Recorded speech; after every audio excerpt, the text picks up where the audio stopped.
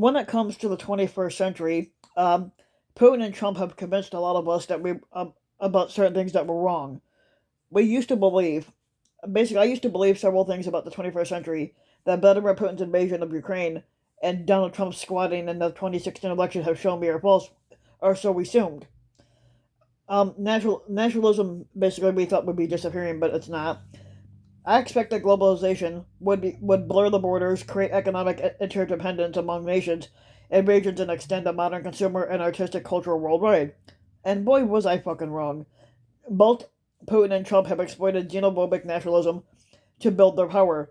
Putin's aggression has also ignited an inspiring patriotism in Ukraine. Or so, yeah. Nations can no longer control what their citizens know. Basically, I assumed that emerging digital technologies, including the internet, would make it impossible to control the worldwide flows of information and knowledge. Um, Tyrants could no longer keep their people in the dark or hoodwink them with their propaganda. And boy, was I fucking wrong again. Trump filled the media with so many fucking lies, as well as Putin. Putin has also cut off Russian citizens from the truth about what's occurring in Ukraine. The advanced nations will no longer have a war over geographic territory. And basically, we brought into the conventional wisdom that nuclear was unthinkable. I feared that I was fucking wrong. I thought that in the new economy, that the land was becoming less valuable than the technological know-how and innovation. Competition among nations would therefore be over the development of cutting-edge interventions or inventions. Sorry, we were only partly right on that part. But while skills and innovation are critical, the land still provides access to critical raw materials and buffers against potential foreign aggressors.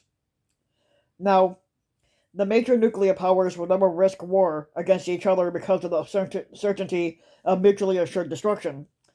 Um, Basically, we brought into the conventional wisdom that nuclear war was unthinkable, and basically we all feared that we were wrong. Putin is now resorting to dangerous nuclear brinkmanship. Civilization will never again be held hostage by the crazy isolated men with the power to wreak havoc. We assumed that this was a phenomenon of the 20th century and also into the 21st century governments.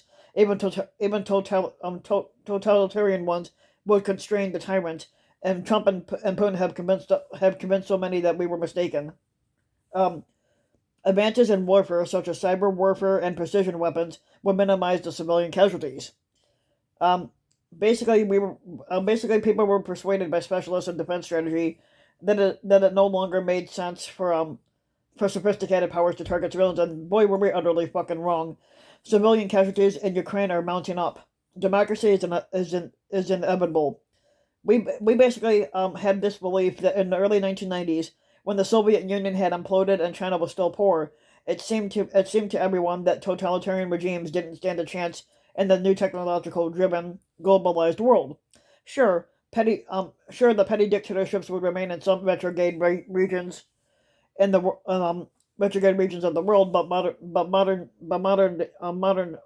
tea came with democracy, and it came with and democracy with modernty. Both Trump and Putin have shown us how wrong we were on this fucking thing too. But meanwhile, the Ukrainians are showing that Trump and Putin's efforts to turn back the clock on the 21st century can only be addressed with a democracy powerful enough to counteract autocrats like them. Now they're also displaying with inspiring clarity that democracy cannot be taken for granted. Democracy is not a spectator sport. It's not what governments do. Democracy is what people do. Ukrainians are reminding us that democracy survives only if people are willing to sacrifice themselves for it. Some sacrifices are smaller than others. You may have to stand in line for hours to vote, as did tens of thousands of black people in America's 2020 election. You may have to march and protest and even risk your life so others may vote, as did the iconic civil rights leaders, like the late John Lewis and Martin Luther King Jr.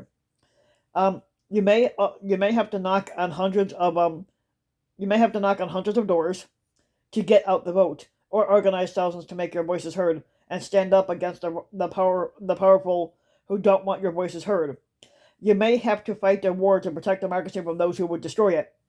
The people of Ukraine are also reminding us that democracy is the single most important legacy that we have inherited from previous generations who strengthened it, and they risked their lives to pressure it.